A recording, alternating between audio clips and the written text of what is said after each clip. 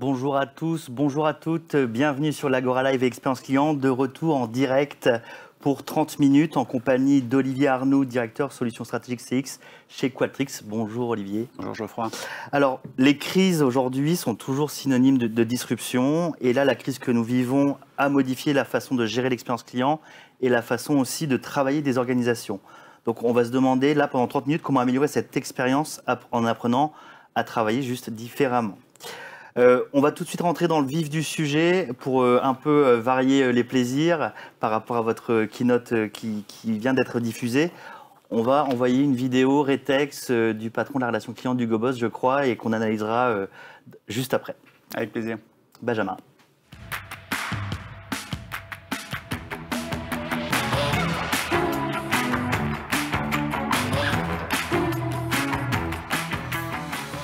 Hi and welcome everyone to my session. Thank you so much for joining. I'm Timo Ebert. I'm head of brand strategy and customer experience at Hugo Boss.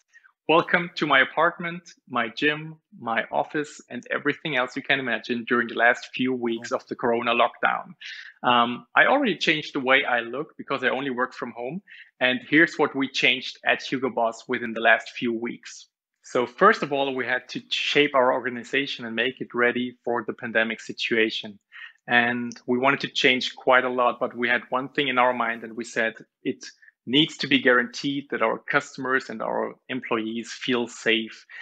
So what we did is we closed like almost all of our stores globally. We sent home our employees and we enabled them to work from home. So we equipped them actually with all the technical stuff they needed. We changed the way employees communicate with leadership. They do that now more frequently, almost on a daily basis, which helps everyone to build that trust that you need to work from home and to also change the way of the culture and to enable people to be more flexible on their jobs. What we also did, we really focused our project portfolio.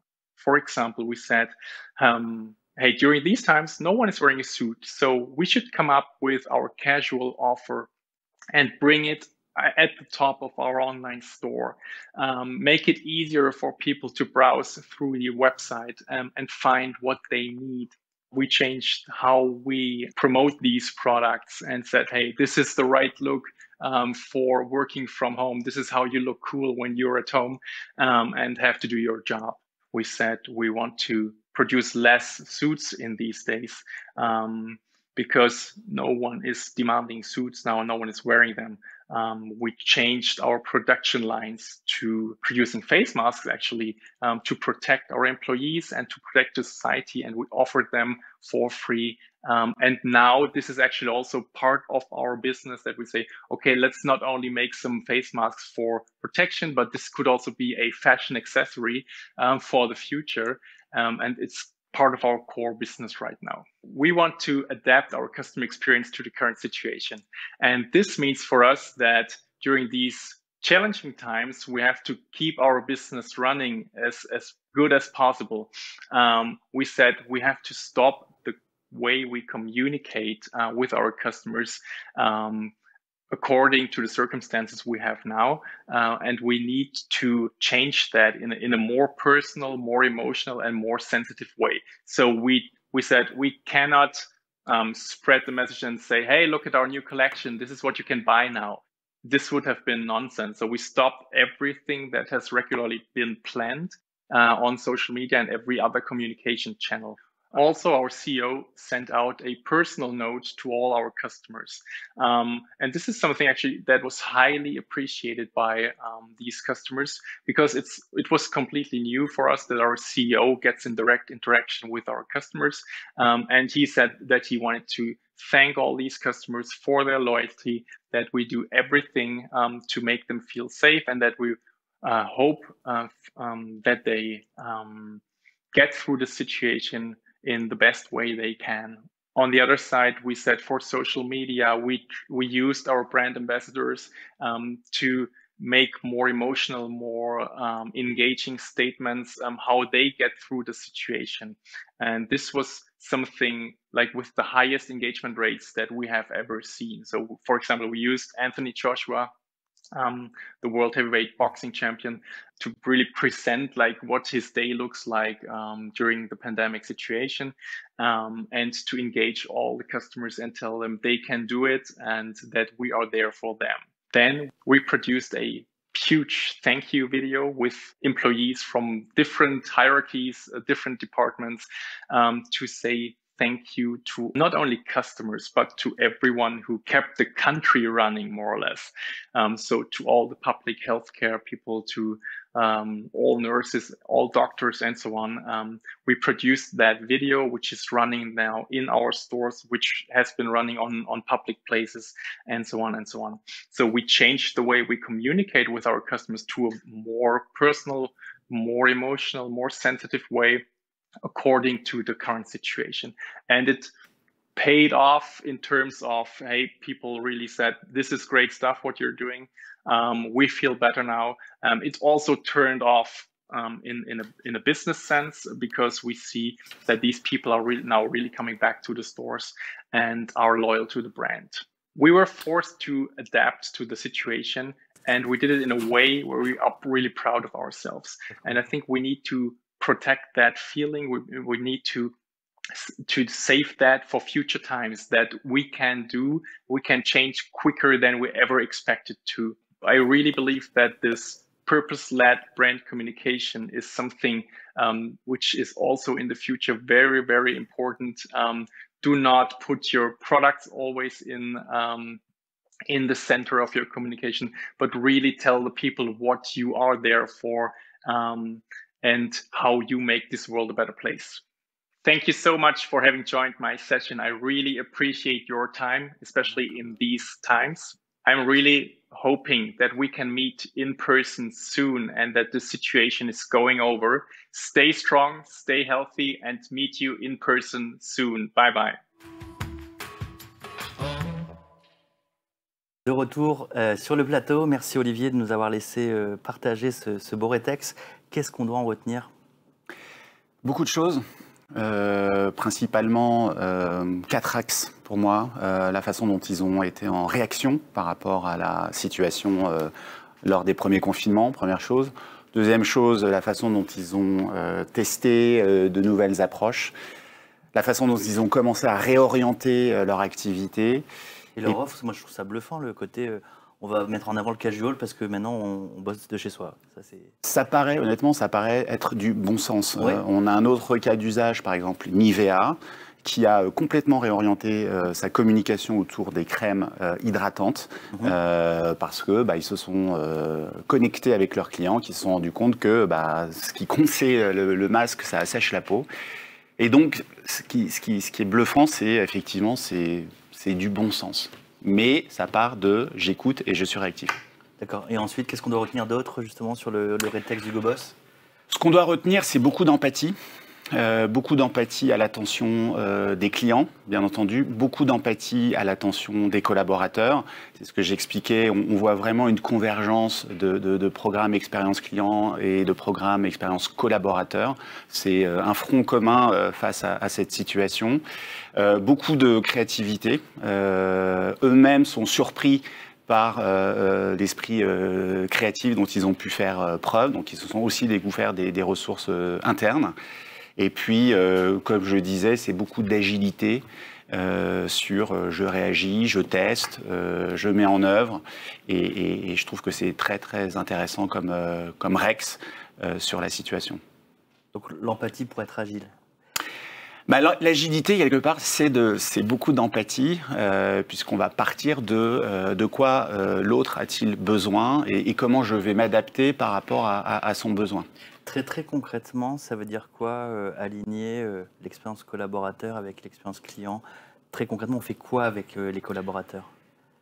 Alors, quand je reprends mes piliers réaction, exploration, réorientation, le sujet par exemple de sécurité, de protection de la santé s'applique autant à un collaborateur qu'à un client. Donc le jour où je réouvre mon point de vente, je vais intégrer aussi cette notion de distanciation. Je vais peut-être repenser à la protection, autant à la protection de mes collaborateurs que de mes clients. S'intéresser à ses collaborateurs, c'est aussi penser à la façon dont ils vont travailler différemment, notamment avec le travail à domicile. On a des cas, par exemple, Zoom, qui est un client de Qualtrics. La DRH, immédiatement, va lancer un pulse, c'est-à-dire une petite interaction avec ses collaborateurs pour leur dire d'abord, comment allez-vous ?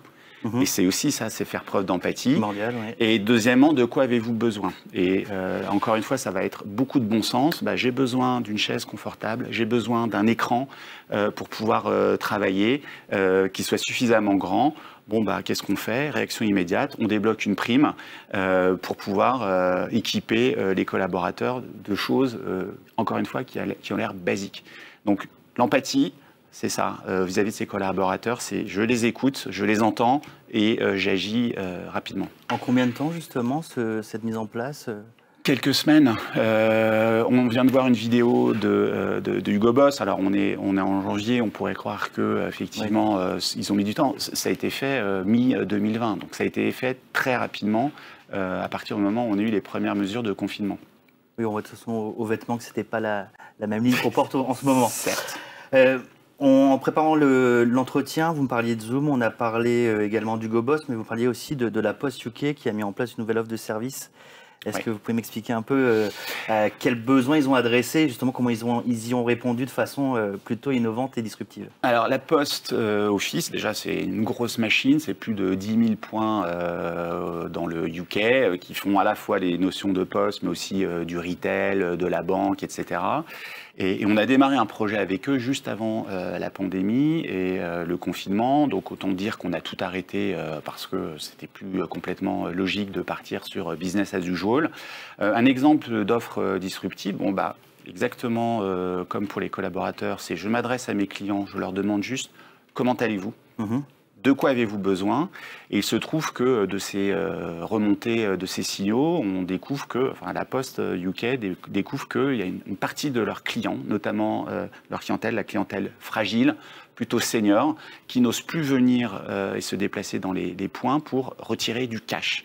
Donc, par rapport à ça, la Poste UK... C'est masqué parce qu'il faut toucher... Parce que j'ai peur, je me sens pas en sécurité, parce que les processus n'ont pas été adaptés à de la distanciation et toucher du cash, c'est potentiellement... Oui.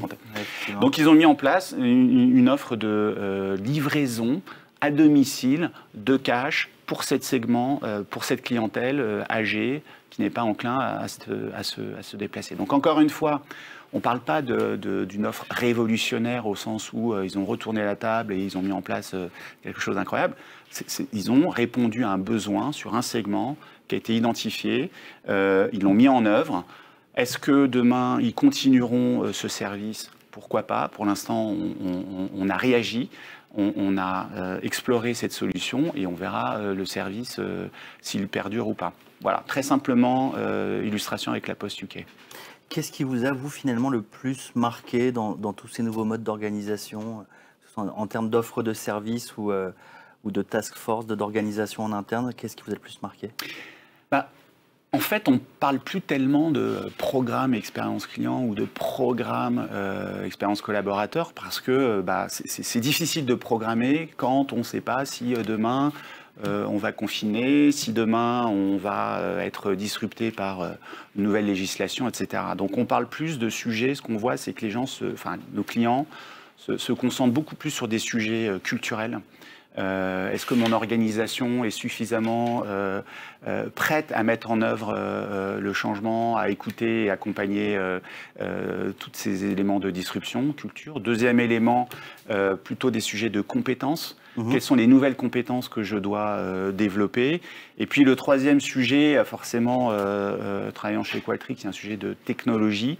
C'est comment être beaucoup plus connecté avec les signaux ou avec l'écoute client et l'écoute collaborateur et comment agir en temps réel. Donc on n'est plus sur des sujets de programme, on est sur des sujets de conduite du changement, on est sur des sujets de culturels, compétences et technologie. Alors moi, la question aussi que je me posais, c'était en quoi justement ces cycles d'innovation sont différents on va dire, de la façon d'innover par rapport à un contexte qui n'est pas celui d'aujourd'hui. On l'a vu avec l'exemple Hugo Boss, je pense qu'il y a énormément d'organisations qui, face à la crise, et ils le disent eux-mêmes, se sont rendus compte qu'ils pouvaient changer justement beaucoup plus rapidement. Que ce soit sur des sujets par exemple de digitalisation, de développement de l'activité e-commerce par exemple. Beaucoup d'organisations ont été très très vite dans la mise en œuvre, certes pas parfaite, mais encore une fois on rentre dans un processus d'itération et on améliore au fur et à mesure. Donc, beaucoup d'organisations se sont rendues compte que finalement, on pouvait être innovant.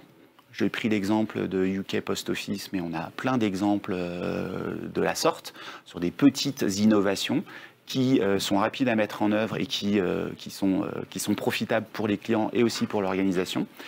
On s'est rendu compte qu'en termes d'innovation, on met en place le sujet d'agilité, j'écoute, j'itère, je réécoute, j'améliore et finalement on met en place une dynamique. Donc et je reviens sur mon sujet de culture.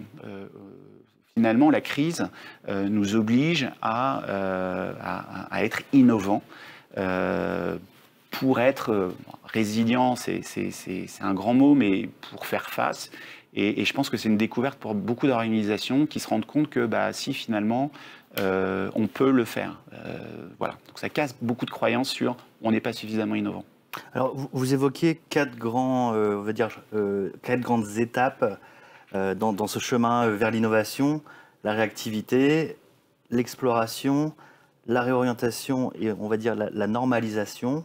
Moi, je voulais un peu me pencher aussi sur la réorientation. Aujourd'hui, comment on arbitre dans ces innovations? Est-ce qu'on se dit finalement, on se donne un an pour voir si c'est un levier business? Est-ce qu'on se dit, on voulait de toute façon être meilleur dans notre offre de service ou dans notre écoute client? Comment on navigue? Est-ce que on navigue à vue? Est-ce qu'on a comment on priorise, pardon? Alors, heureusement, en tout cas, je déconseillerais de naviguer à vue, parce que ça peut être extrêmement dangereux. Non, je pense qu'une fois qu'on a réagi, on a mis en œuvre des nouvelles offres de services, effectivement, le temps réorientation, c'est se donner le temps de comprendre quel est l'impact sur mon client ou sur mes collaborateurs, quel est l'impact sur mon business. Est-ce qu'il y a des tendances qui se détachent? On prend par exemple, j'aime bien parler de l'exemple de la grève à Londres, où en 2014, un chaos total, 200 stations sont fermées, et finalement, plus de 50% des passagers ont découvert à l'issue de cette grève, au cours de cette grève, des moyens beaucoup plus optimaux de mobilité, simplement. De mobilité. Et aujourd'hui, avec la crise, énormément de clients découvrent que finalement, faire du click and collect, c'est pratique. Finalement, faire mes courses en ligne, c'est pratique. Finalement, avoir une interaction via Zoom avec un conseiller, ça peut être aussi pratique. Donc, pour revenir aussi sur mon sujet innovation, il faut se donner le moyen de comprendre et d'écouter, encore une fois, quel est l'impact. Est-ce que c'est bénéfique? Vous parliez de priorisation.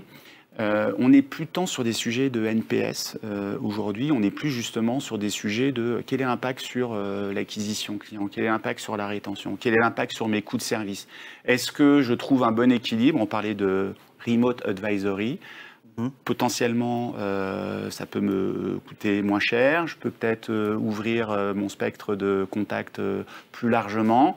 Est-ce que j'ai un bon équilibre entre la satisfaction de mes clients, la satisfaction de mon collaborateur, l'impact sur mon business, et est-ce qu'au final, je vais mettre en place? Et sur cette partie réorientation, il y a un axe très fort sur les collaborateurs. Puisque là, on va se poser la question sur quelles sont les nouvelles compétences dont j'ai besoin.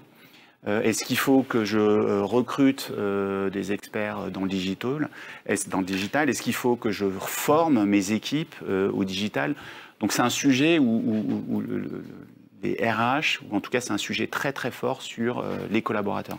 D'accord. Qu'est-ce que vous avez pu observer justement vous sur le sujet? Vous avez un avis qu'il faut plutôt externaliser et aller chercher la compétence ou il n'y a pas de recette miracle, je me doute bien, mais qu'est-ce que vous avez pu observer justement sur ce côté compétences? Alors, bon, il n'y a pas de recette miracle et il n'y a pas de ressources infinies.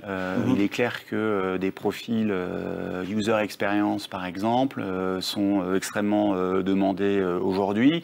Ce qu'on voit, c'est que, par exemple, sur l'expérience digitale, beaucoup d'organisations se concentrent sur des données, par exemple, analytiques. Combien de clics, combien de visites, mon taux d'abandon de panier. Pas spécialement sur pourquoi mes clients ne vont pas au bout de mon processus d'achat, pourquoi ils restent sur cette page et pas sur cette autre page. Donc, le développement des compétences, et c'est aussi cette partie culturelle, c'est être beaucoup plus à l'écoute, non seulement du quoi, qu'est-ce qui se passe, mais du pourquoi. Donc, la tendance, c'est vraiment sur du reskilling. Et encore une fois, sur du changement culturel, à savoir, ça part du client, ça part des collaborateurs, je m'adapte, j'écoute, je comprends, j'analyse, je priorise, je mets en œuvre, je teste, etc. C'est surtout sur ces changements culturels que beaucoup d'organisations agissent. Parce que, encore une fois, on n'est pas dans un marché où on fait de l'emploi une top priorité. Donc, selon vous, le risque de rétro-pédaler, comme on a pu le voir pour certaines entreprises, notamment au niveau du télétravail, en fait, ne risque pas d'arriver sur cette façon d'innover parce qu'il y a un changement de mindset finalement? Moi, une de mes convictions, c'est que ça va être très difficile de revenir en arrière. Je reprends cet exemple de clients qui, aujourd'hui, ont découvert qu'ils pouvaient faire leurs courses sur Internet, alors qu'ils n'étaient pas forcément enclins à en faire. Ça va être compliqué de leur dire, ben non, finalement, on a un moyen moins pratique pour vous, en tout cas. Le télétravail, je ne suis pas en train de prôner le 100% télétravail, mais on se rend compte aussi qu'en termes de productivité, en termes de... voilà, et moi, je ne me déplace plus, comme beaucoup d'entre nous. Mine de rien, on se rend compte qu'il y a des meetings qu'on peut faire aussi en visio, je fais des économies. Donc, ça va être très compliqué de revenir en arrière. Et les organisations qui vont être bloquées sur « c'était mieux avant », je pense que ça va être très compliqué pour ces organisations.